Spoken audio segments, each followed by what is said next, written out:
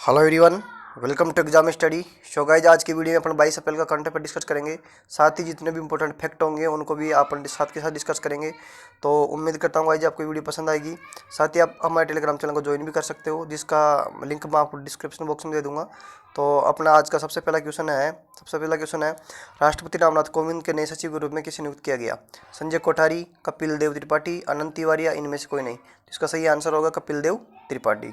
7 अप्रैल में जितनी भी इंपॉर्टेंट नियुक्तियाँ हुई है उनके बारे में डिस्कस करेंगे अपन।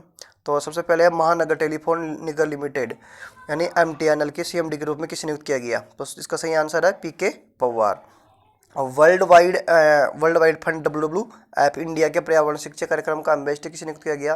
तो इसका आंसर होगा विश्वनाथ आनंद। तो गाइस ये वेरी इंपॉर्टेंट है, इनको साथ में आप नोट करते चलिएगा। और इसके अलावा पेटीएम जनरल इंश्योरेंस के MD और CEO के रूप में किसे नियुक्त किया गया? तो सही आंसर है विनीत अरोड़ा। नेक्स्ट है CARE रेटिंग का नया CMD CEO किसे नियुक्त किया गया? तो अजय महाजन। और यूनियन बैंक ने कार्यकारी निदेशक के रूप में किसे नियुक्त किया गया? विरूपाक्ष मिश्रा। अपना नेक्स्ट क्वेश्चन अपना है, हाल ही में किस IIT ने हाई स्पीड मैग्नेटिक रैम के विकसित की है? IIT कानपुर, IIT मंडी, IIT बॉम्बे, इनमें से कोई नहीं। तो इसका सही आंसर क्या होगा? IIT मंडी। तो आपको लोगों को भी पता होगा रैम की फुल फॉर्म क्या होती है? रैम की फुल फॉर्म होती है रैंडम एक्सेस मेमोरी। आगे देखिए, आगे मैं कुछ आपको इंपॉर्टेंट फैक्ट बताने वाला हूँ, आप साथ ही नोट करते चलिएगा। कंप्यूटर मेमोरी में 2 प्रकार की मेमोरी होती है, एक तो प्राइमरी मेमोरी होती है, एक होती है सेकेंडरी मेमोरी। अब प्राइमरी मेमोरी में कौन कौन सी होती है वो भी आपको पता होना चाहिए। प्राइमरी में होती है रैम एंड रोम, और जो सेकेंडरी होती है उसमें होती है सेकेंड्रियल और रैंडम होती है। अब जो रैम होता है, रैम में कौन कौन सी होती है? स्टैटिक रैम होती है और एक होती है डायनेमिक रैम होती है। अब रोम में होती है परोम हो गई, रोम हो गई, इप्रोम हो गई, इरोम हो गई और फ्लैश एम हो गई। और इसमें हो गया मैग्नेटिक टाइप हो गया, और इसमें ग्रामोफोन हो गया, रिकॉर्डर हो गया, CD, HD, मैश और स्टोरेज डिवाइस जो भी होती है, फ्लिप डिस्क होती है, वो किस में आती है? रैंडम में आती है। नेक्स्ट क्वेश्चन है, हर साल विश्व रचनात्मक नवाचार दिवस कब मनाया जाता है? बोले तो वर्ल्ड क्रिएटिव इनोवेशन डे कब मनाया जाता है? 18 अप्रैल, 21 अप्रैल, 19 अप्रैल या इनमें से कोई नहीं? तो सही आंसर क्या होगा इनका? 21 अप्रैल। अब ये जो बनाया क्यों जाता है? क्योंकि इसलिए बनाया जाता है, समस्याओं को समाधान करने के लिए, रचनात्मक नवाचार के महत्व के बारे में जागरूकता बढ़ाने के लिए दिवस मनाया जाता है। नेक्स्ट क्वेश्चन है, हाल ही में किस बैंक ने ग्राहकों के लिए वॉइस बैंकिंग सेवा लॉन्च की है? तो HDFC बैंक, ICICI बैंक और SBI बैंक, इनमें से कोई नहीं। तो सही आंसर क्या होगा इसका? ICICI बैंक होगा। और ये भी आपको पता होना चाहिए कि यह सेवा ग्राहकों को बैंक विद थ्रेबल वॉइस यानी अपनी आवाज़ के माध्यम से बैंकिंग के संबंध में प्रश्नों के जवाब, खाता मौजूद राशि एवं लेन देन की जानकारी और क्रेडिट कार्ड देरी तिथि जैसे अन्य जानकारी हासिल करने के साक्षी बनाएगी आपको। ICICI बैंक का जिसके जो CMD कौन है ये भी आपको पता होना चाहिए कि इसका CEO कौन है? संदीप बख्शी है। और इसका हेडक्वार्टर कहाँ पे? मुंबई में है। और इसका लोगो आपको दिख ही रहा होगा, आपको पता ही होगा इस चीज़ के बारे में। और जो HDFC बैंक ने सार्वजनिक स्थानों पर सोशल डिस्टेंसिंग को बढ़ावा देने के लिए सेफ्टी ग्रिड अभियान लॉन्च किया है। वेरी वेरी इंपॉर्टेंट गाइस, जिसको आप नोट कर ही लीजिए क्योंकि एग्जाम में पूछने लायक क्वेश्चन है। तो इसका क्या होगा? सेफ्टी ग्रिड अभियान होगा। नेक्स्ट क्वेश्चन अपना, बॉम्बे उच्च न्यायालय के मुख्य न्यायाधीश के रूप में किसे नियुक्त किया गया? दीपंकर दत्त हो गया, विश्वनाथन दामोदर हो गया या मोहम्मद रफी हो गया? तो सही आंसर क्या होगा इसका? दीपंकर दत्त। तो और जितने भी उच्च न्यायालयों को नियुक्त किया गया अप्रैल में वो भी आप देख लीजिए एक बार। मेघालय उच्च न्यायालय के न्यायाधीश के रूप में किसे नियुक्त किया गया? तो उसका कहना है विश्वनाथन सोमदेदर हो गया। और उड़ीसा उच्च न्यायालय के कौन है? मोहम्मद रफीक हो गया। तो विश्वनाथन सोमदेदर का क्या है? मेघालय के हो गए। और मोहम्मद रफीक का क्या हो गए? उड़ीसा के हो गए। और भारत के मुख्य न्यायाधीश, आपको ये भी पता होना चाहिए कि भारत के मुख्य न्यायाधीश कौन है? तो सरदार अरविंद बोबड़े, जो कितने नंबर के? 47वें नंबर के हैं। नेक्स्ट क्वेश्चन अपना आज का, हाल ही में देश का पहला कोविड मुक्त राज्य कौन सा बना है? हाल ही में देश का जिसमें अभी तक एक भी मरीज नहीं पाया गया वो कौन सा राज्य है? तो गोवा, नागालैंड, असम। तो सही आंसर क्या हो जाएगा? गोवा। अब आपको ये भी पता होना चाहिए कि गोवा राज्य में कोविड-19 के कुल 7 सकारात्मक मामले थे। मतलब गोवा के बाद मणिपुर में भी कोविड-19 मुक्त हो गया है। मतलब गोवा में जितने भी 7 सकारात्मक मामले थे जिनमें से अब वो 7 तो ठीक हो गए हैं, अब वो क्या हो गया? कोविड-19 से मुक्त हो गया। इसके साथ ही दूसरा कौन सा बन गया? मणिपुर बन गया। कोविड-19 के मरीजों के लिए आयुर्वेद का उपयोग करने वाला पहला देश का राज्य कौन सा बन गया है? गोवा, जिसमें आयुर्वेद का उपयोग किया गया है। कोविड-19 के मरीजों को कॉन्ट्रेक्ट लोगों को इम्यूनिटी को बढ़ावा देने के लिए एलोपैथी और आयुर्वेद को प्रयोग करने वाला देश का पहला राज्य बन चुका है। कोविड-19 के लिए एक स्व मूल्यांकन उपकरण सेल्फ असेसमेंट टूल लॉन्च करने वाला भारत का पहला राज्य भी गोवा ही है। सब मूल्यांकन लोगों को बिना डॉक्टर अस्पताल आए पहचानने की मदद करता है क्योंकि यह वायरस में संक्रमित होने से संक्रमित है। ये आपको बहुत ही इंपॉर्टेंट चीज़ है ये। गोवा की राजधानी आप सब लोगों को पता है कि यहाँ पणजी है, जो कि मांडोवी नदी के निकट है। और इसके मुख्यमंत्री कौन है? प्रमोद सावंत। और राज्यपाल कौन है? गवर्नर कौन है का? सत्यपाल मलिक हो गया। अब आपको साथ में ये भी पता होना चाहिए कि जो नेत्रावली फाइल्ड सेंचुरी है, बोंडला वन्यजीव अभ्यारण्य हो गया, भगवान महावीर वन्यजीव अभ्यारण्य हो गया, सलीम अली पक्षी अभ्यारण्य हो गया, ये सब कहाँ पे है? गोवा में है। अब कई के लोगों को कन्फ्यूज होता है सलीम अली पक्षी अभ्यारण्य में और सलीम अली नेशनल पार्क में, जबकि सलीम अली नेशनल पार्क तो कहाँ पे? जम्मू कश्मीर में है। और जो ये पक्षी अभ्यारण्य क्या में सलीम अली, ये कहाँ पे है? गोवा में। तो ये बहुत ही एग्जाम में कन्फ्यूज करता है, तो ये आपको पता होना चाहिए। ये तो पक्षी अभ्यारण्य और ये क्या है? नेशनल पार्क हो गया। सलीम अली एक भारतीय पक्षी विज्ञानी है जिन्हें बर्डमैन ऑफ इंडिया भी कहा जाता है। आपको ये भी पता होना सलीम अली कौन थे? सलीम अली थे भारतीय पक्षी विज्ञानी थे जो ये बर्ड ऑफ मैन भी कहा जाता था। साथ ही देखो नेक्स्ट देखिए आप, नेक्स्ट है क्षेत्रफल के हिसाब से भारत का सबसे छोटा राज्य कौन सा हो गया? ये भी आपको पता होना चाहिए कौन सा है? गोवा है। और साथ ही इसके अलावा जनसंख्या की दृष्टि से सबसे छोटा राज्य कौन सा हो गया?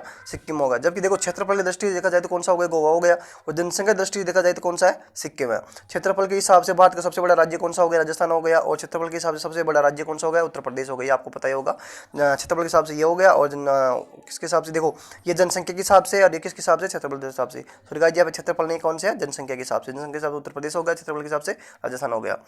नेक्स्ट देखिए, नेक्स्ट आपके पास किस राज्य ने मुख्यमंत्री के कोविड-19 योद्धा कल्याण योजना लॉन्च की है? तो इसका सही आंसर होगा मध्य प्रदेश। मध्य प्रदेश का क्या होगा? सही आंसर होगा। उन्होंने मध्य प्रदेश में क्या किया है? मुख्यमंत्री कोविड की योद्धा कल्याण योजना लॉन्च की है। यह इस योजना के अंतर्गत आंगनबाड़ी कार्यकर्ताओं को 50 लाख रुपए का विशेष स्वास्थ्य बीमा दिया जाएगा। आंगनबाड़ी कार्यकर्ताओं को डोर टू डोर सर्वे पर जोखिम भरा कार्य कर रही है। सर्वेक्षण के लिए देखो साथियों, आप पढ़ते चलिए क्या है? सर्वेक्षण के अलावा वो बच्चों को पोषण आहार प्रदान करने के लिए घर घर दौरा कर रही है। इस प्रकार भी कोविड-19 संक्रमण में जोखिम के बीच कार्य कर रही है। कहने का मतलब ये हुआ कि जो आंगनबाड़ी कार्यकर्ता हैं उनके लिए 50 लाख रुपए का जो प्रावधान दिया गया है कि वो लोग घर घर जाके लोगों की सेवा कर सके। अब आपको ये भी पता होना चाहिए मध्य प्रदेश के जो सीएम वो कौन है? पृथ्वी शिवराज चौहान हो गए। और उसकी राजधानी क्या होगी? भोपाल हो गई। और इसके गवर्नर कौन? लालजी टंडन हो गए। नेक्स्ट क्वेश्चन आज का अपना नेक्स्ट क्वेश्चन है, हाल ही में किस देश ने पूर्व प्रधानमंत्री लाइसेनिया कर्से को निधन हो गया? लाइसेनिया कर्से का निधन हो गया। तो फिजी, पेरू, क्यूबा और इनमें से कोई नहीं। तो सही आंसर क्या होगा? फिजी। और फिजी के प्रधानमंत्री कौन थे? अभी बताया था मैंने आपको, कौन होगा? फ्रैंक बैनिमारामा। जबकि ये देखो फिजी का जो हाल ही में ये हाल में जो प्रधानमंत्री कौन है? फ्रैंक बैनिमारामा हो गया। जब ये पूर्व प्रधानमंत्री थे लाइसेनिया, जिसके आज निधन हो गया। और इनकी राजधानी क्या होगी? फिजी की राजधानी होगी सुआ। और फिजी यानी डॉलर इसकी क्या हो गई? करेंसी हो गई। नेक्स्ट देखिए, नेक्स्ट आपका क्वेश्चन नेक्स्ट है, सिविल सेवा दिवस कब मनाया जाता है? सिविल सेवा दिवस कब मनाया जाता है? सिविल सर्विस डे मनाया जाता है 21 अप्रैल। 21 अप्रैल। तो अप्रैल के जितने भी इंपॉर्टेंट डे है उनके बारे में डिस्कस करेंगे अपन। तो उससे पहले आपको पता होना चाहिए सिविल सेवा दिवस कब मनाया जाता है? 21 अप्रैल को। वेरी वेरी इंपॉर्टेंट है। अब देखिए आप, अब जितने भी इंपॉर्टेंट है उनको डिस्कस कर लेते हैं। उत्कल दिवस या ओडिशा दिवस कब मनाया गया? 1 अप्रैल को। कब मनाया गया? 1 अप्रैल को। वर्ल्ड ऑटिज्म अवेयरनेस डे कब मनाया गया? 2 अप्रैल को मनाया गया। अंतर्राष्ट्रीय खाद्यान्न जागरूकता दिवस 4 अप्रैल को मनाया जाता है। राष्ट्रीय समुद्र दिवस कब मनाया गया? 5 अप्रैल को। विश्व स्वास्थ्य दिवस कब मनाया गया? 7 अप्रैल को। विश्व हेमोपैथी दिवस कब मनाया गया? 10 अप्रैल को। और अंतर्राष्ट्रीय मानव अंतरिक्ष उड़ान दिवस कब मनाया गया? 12 अप्रैल को। राष्ट्रीय सुरक्षित मातृत्व दिवस कब मनाया गया? 11 अप्रैल को मनाया गया। और विश्व चागास रोग दिवस कब मनाया गया? 11 अप्रैल को। विश्व कला दिवस मनाया गया 15 अप्रैल को। हिमाचल दिवस मनाया गया 15 अप्रैल को। तो गाइस जितने इंपॉर्टेंट डे बता रहा हूँ आपको नोट करते चलिएगा, वेरी वेरी इंपॉर्टेंट है, हर एग्जाम में पूछे जाते हैं। नेक्स्ट आपका विश्व है हीमोफीलिया दिवस। देखो वो हीमोपैथी तो बनाया जाता है 10 अप्रैल को। और ये हीमोफीलिया दिवस 17 अप्रैल को बनाया जाता है। और विश्व द्रव्य दिवस के बनाया गया 18 अप्रैल को बनाया जाता है। और विश्व लीवर दिवस बनाया जाता है 19 अप्रैल को। ठीक है गाइज, नेक्स्ट क्वेश्चन देखिए। अब नेक्स्ट क्वेश्चन अपना, किस राज्य ने ई संजीवनी ओपीडी की शुरुआत की? आंध्र प्रदेश, उत्तर प्रदेश, हिमाचल प्रदेश। तो सही आंसर क्या होगा इसका? हिमाचल प्रदेश। क्या करी ने? ई संजीवनी ओपीडी की शुरुआत की है। अब ये पता भी होना चाहिए ईओपीडी क्या होता है। जो देखो हिमाचल प्रदेश सरकार द्वारा कोविड-19 महामारी को जिम्मेदार लोगों को स्वास्थ्य सेवाओं की सुविधा को सुनिश्चित करने के लिए निःशुल्क ऑनलाइन चिकित्सा परामर्श उपलब्ध कराने के लिए ई संजीवनी ओपीडी की शुरुआत की है। इसके तहत इस नई पहल के माध्यम से करेगी। अब हिमाचल प्रदेश ने जो राज्य के संक्रमित लोगों को पता लगाने के लिए एक्टिव केस फाइंडिंग कैंपेन भी शुरू किया है। तो ये भी आपको पता होना चाहिए, इसको नोट कर लीजिए आप लोग। तो ये एग्जाम में पूछेंगे, एग्जाम में बहुत इंपॉर्टेंट है। और हिमाचल प्रदेश का मुख्य सीएम आपको पता है कौन है? जयराम ठाकुर हो गया। जबकि वहाँ का गवर्नर कौन हो गया? बंडारू दत्तात्रेय हो गया। और आपको ये भी पता होना चाहिए कि जो हिमाचल प्रदेश की 2 राजधानी है तो उसकी ग्रीष्मकालीन राजधानी कौन सी होगी? शिमला। और जबकि शीतकालीन राजधानी कौन सी होगी? धर्मशाला हो गई।